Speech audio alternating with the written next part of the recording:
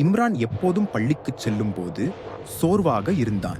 படிக்கவும் விளையாடவும் அவனுக்கு சக்தி இல்லை. பள்ளி விளையாட்டில் நண்பர்கள் ஓடிக்கொண்டிருந்தார்கள். ஆனால் இம்ரான் தன்னம்பிக்கை இழந்து பக்கத்தில் நின்றான். ஒரு நாள் அம்மா அவனை மருத்துவரிடம் கொண்டு சென்றார். மருத்துவர் சொன்னார், இம்ரான், உனக்கு அனிமியா இருக்கு. இரத்தத்தில் ஹீமோகுளோபின் குறைவாக இருக்கிறது.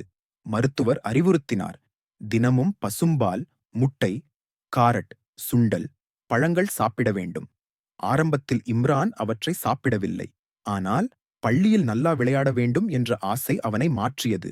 அவன் தினமும் பசும்பால் குடித்தான், முட்டை சாப்பிட்டான், பழங்களை சுவைத்தான். அவன் நீர் பருகும் நல்ல பழக்கத்தையும் ஆரம்பித்தான். ஒரு மாதத்துக்குப் பிறகு இரத்த பரிசோதனையில் ஹீமோகுளோபின் அளவு உயர்ந்திருந்தது. இப்போது இம்ரான் உற்சாகமாக விளையாடினான், நண்பர்களோடு மகிழ்ச்சியாக கலந்து கொண்டான். இம்ரான் உணர்ந்தது, சிறிய நல்ல பழக்கங்கள் நம் உடல் நலத்தை